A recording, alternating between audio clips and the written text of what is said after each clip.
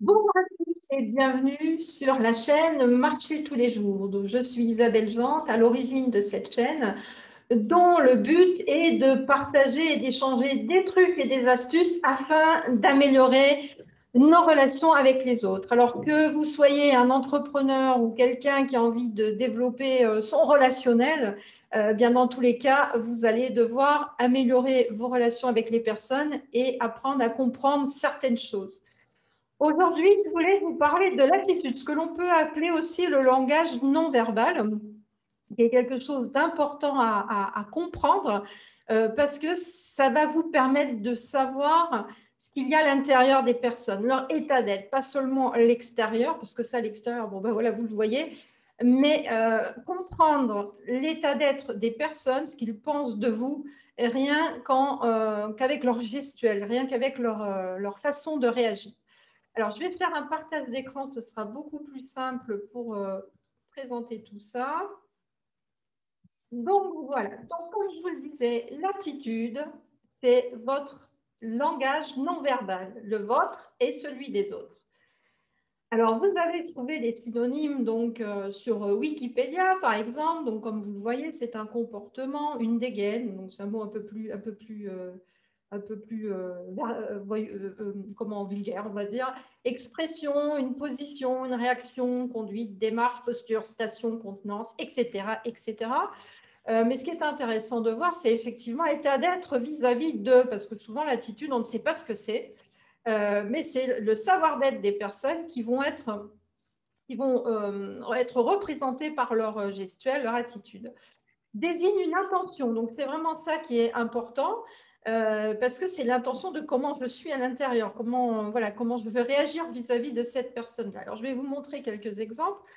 Ici, cette personne, extérieurement, on dirait, elle est maquillée, elle est apprêtée, etc. Elle est jolie. Bon, après, c'est un avis personnel. Chacun son avis, bien sûr.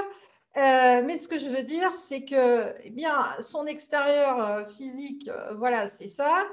Mais sa gestuelle, ce regard, vraiment, je trouve ce regard pas fort agréable, puisque, voilà, on a l'impression qu'elle est dédaigneuse, qu'elle s'en moque des choses, etc. Et donc, c'est une attitude qui ne m'attire absolument pas. Ce qu'il est intéressant de souligner ici, c'est que nous avons affaire à la même personne, au même endroit, mais avec une attitude totalement différente, mais qui est là aussi pas du tout attirante. Là, on a plutôt l'impression qu'elle va nous sauter dessus, hein, qu'elle va nous planter les ongles dans la tête. Donc voilà, donc à nouveau une attitude qui est pas du tout agréable et cette personne ne m'attire pas par rapport justement à sa gestuelle. Vous savez, il y a des personnes, des fois, on ne sait pas pourquoi, mais cette personne, ben, j'ai passé un moment avec, je ne me sens pas bien, je me sens vidée, etc. Mais parce que la personne vous a pris votre énergie, parce qu'elle avait une attitude, vous n'avez peut-être pas ressenti comme ça, c'est une impression souvent, mais cette personne ben, vous a pris votre énergie. Et donc, en sachant comme ça, visualiser l'attitude des gens sans avoir commencé à parler avec eux, et vous aurez déjà une idée de la personne, de son état d'esprit. À nouveau, ici, un groupe de jeunes femmes. Alors, peut-être est-ce un mariage qui se prépare, je ne sais pas. Donc, à nouveau, voilà des tenues bon, assez jolies, on va dire. Mais alors, vu la tête qu'elles font, alors je ne sais pas si c'est un mariage, mais si elles vont au mariage avec cette tête-là, je n'ai pas l'impression que ce soit un mariage heureux, je ne sais pas. Je ne sais pas, mettez votre avis, mettez des commentaires, hein, voir si nous avons le même avis. Et là, eh bien, à nouveau, voilà, elles n'ont pas une attitude agréable, elles sont fermées, limite vulgaires pour certaines. Donc, à nouveau, voilà, je n'ai pas des personnes qui m'attirent. J'ai vraiment ces personnes-là, je n'ai pas envie d'aller vers elles, ni de m'en faire des amis, ni de travailler avec, ou quoi que ce soit d'autre.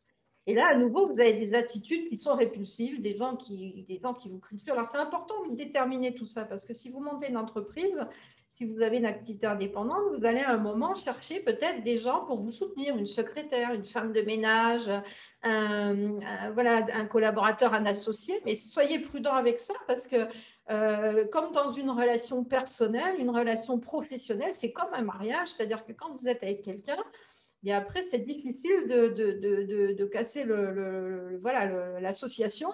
Donc, si vous avez déjà une aptitude à repérer ça, eh bien, ce sera plus simple. Si vous utilisez les médias sociaux pour vos contacts, sur Facebook, il y a 2,7 milliards personnes. Sur Instagram, il y en a 1 milliard.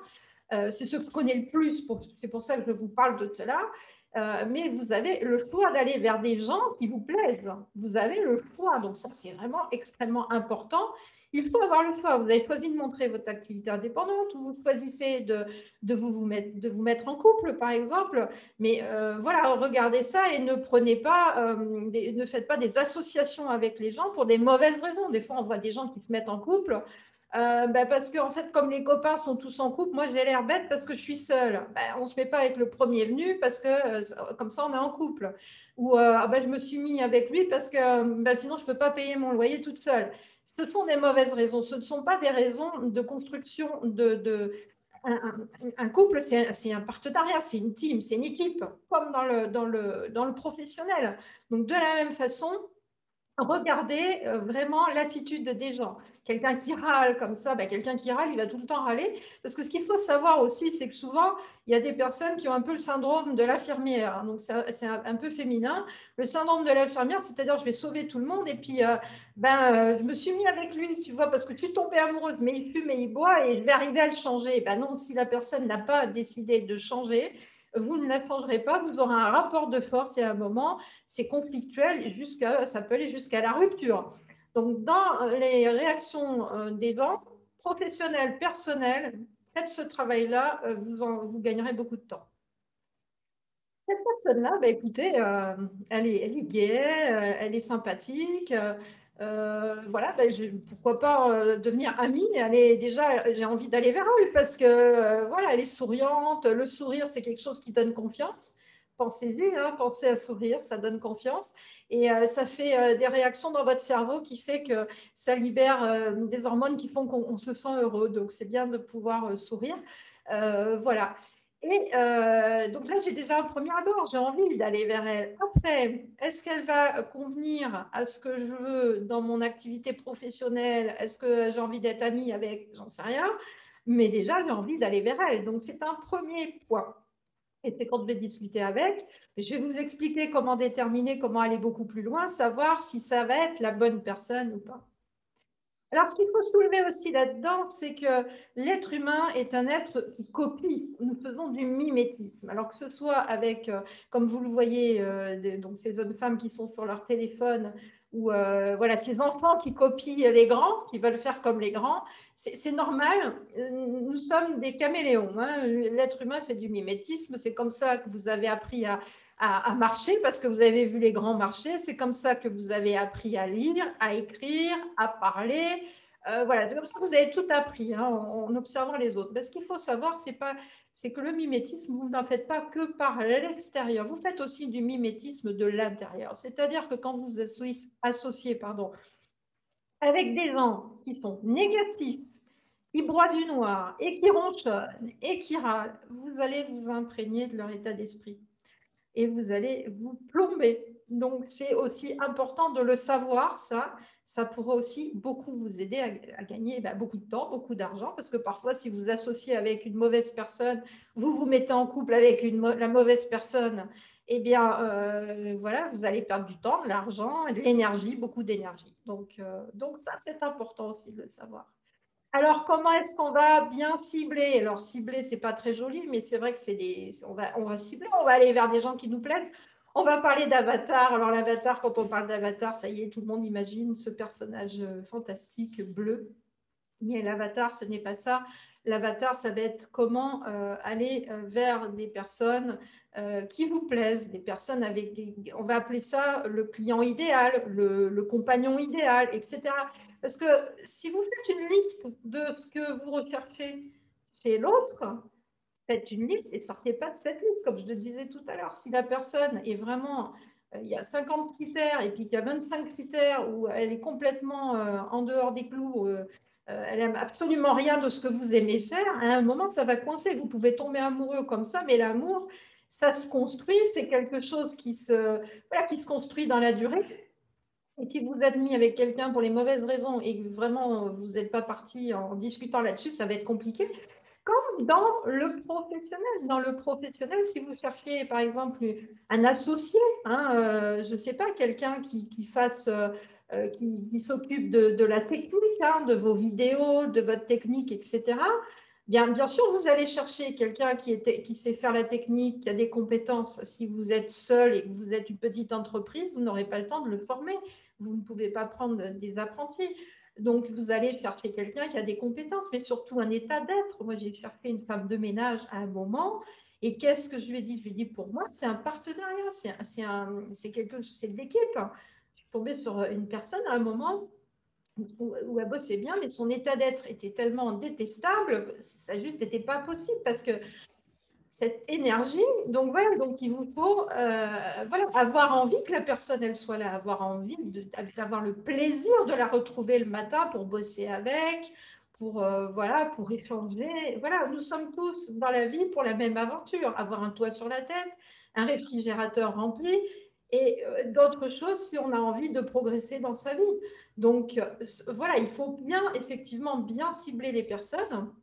Et aussi, comme je vous le dis, surtout détecter leur état d'être, leur ressenti, comment ils sont à l'intérieur. Ça va être la priorité. Donc, vous allez pouvoir travailler l'attitude, déterminer cette fameuse attitude avec plusieurs choses. Le ton de la voix, si vous avez quelqu'un qui est tout le temps en train de vous engueuler, ben, écoute, t'as vu comment tu parles alors, vous avez des gens qui vont dire oh, désolé, je ne me rends pas compte, et puis vous en avez, ils ont raison. Non, non, mais moi, c'est de l'énergie, hein, donc voilà, je t'engueule pas, c'est de l'énergie, etc. Donc, après, ça dépend comment vous allez vous prendre les choses, mais trouver des gens où voilà, vous vous sentez sur le même, la même vibration, parce que sinon, à un moment, il y a un décalage. Voilà. Les gestes, hein, de la même façon, les gestes, les réactions, les mots, l'intonation, la façon de s'exprimer, etc. Si vous êtes complètement décalé avec quelqu'un que vous ne comprenez pas, ça va être difficile que l'association elle dure dans le temps. Alors, déterminer les personnes avec qui vous voulez travailler ou avoir des relations amicales ou avoir une relation de couple, comme je vous le disais, l'avatar, c'est vraiment extrêmement important parce qu'il faut que ce soit une personne avec qui vous avez plaisir d'être.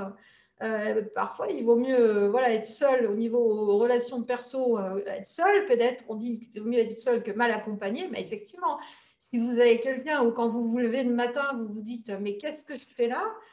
C'est qu'à un moment, il y a un truc que vous avez mal déterminé hein, par rapport à ça. Et de la même façon, quand vous bossez avec quelqu'un et que vous hésitez à aller dans le bureau parce que, oh là là, je vais encore avoir cette personne-là avec son état d'esprit, bien, à mon avis, il y a un mauvais choix qui s'est fait. Donc, il y a peut-être un travail à faire par rapport à ce que nous venons de voir.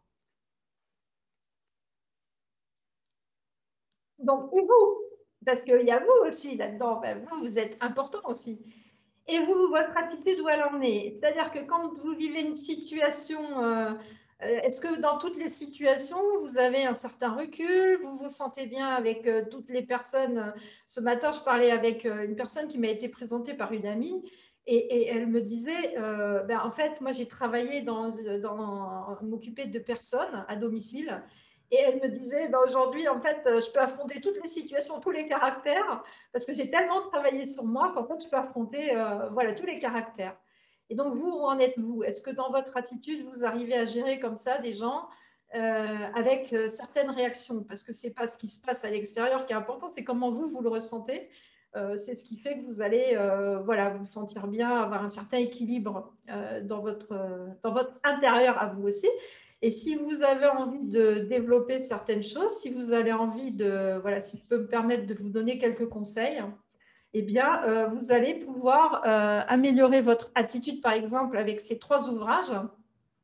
Vous avez les 4 accords Toltec, donc, qui a été édité en 97, qui a été écrit par Don Miguel Ruiz, qui a été vendu à 9 millions d'exemplaires, donc qui a été traduit en 46 langues, donc 9 millions d'exemplaires. Comment vous dire qu'à un moment, il y a eu un intérêt pour beaucoup de monde. Comment se faire des amis, qui a été écrit en 1936. Donc, vous imaginez déjà en 1936, on travaillait sur le comment se faire des amis. Alors, le titre est très moche, hein, c'est vrai, c'est la traduction. Voilà, c'est une traduction de l'américain. Mais donc, c'est un livre qui a été vendu à plus de 40 millions d'exemplaires, édité en 1936, la première édition. Donc, vous imaginez que les relations humaines, eh bien, ça ne date pas d'aujourd'hui, le fait d'avoir à le travailler. C'est un livre qui est extraordinaire. Vous allez avoir des exemples de gens qui sont célèbres et vous allez voir qu'ils n'ont pas démarré dans la vie en ayant forcément des bonnes relations, mais qui se sont rendus compte, comme c'est mon cas, que c'est les bonnes relations avec les autres qui font que se sent bien. Donc, c'est un livre qui est resté numéro 1 au New York Times donc pendant 10 années, traduit en 37 langues. Donc, voilà, c'est vraiment un livre génial. Et puis, vous avez comment parler en public aussi, si vous avez envie de développer aussi vos compétences de la parole en public, ce qui n'est pas le plus simple.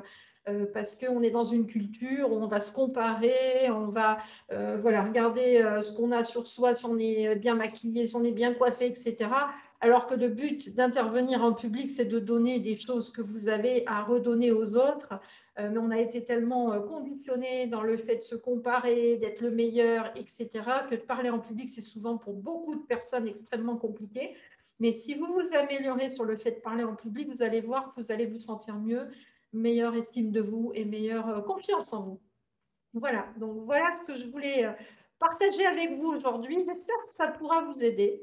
Je vous remercie pour votre attention et à très vite pour une prochaine vidéo pour nous aider à améliorer nos relations les uns avec les autres.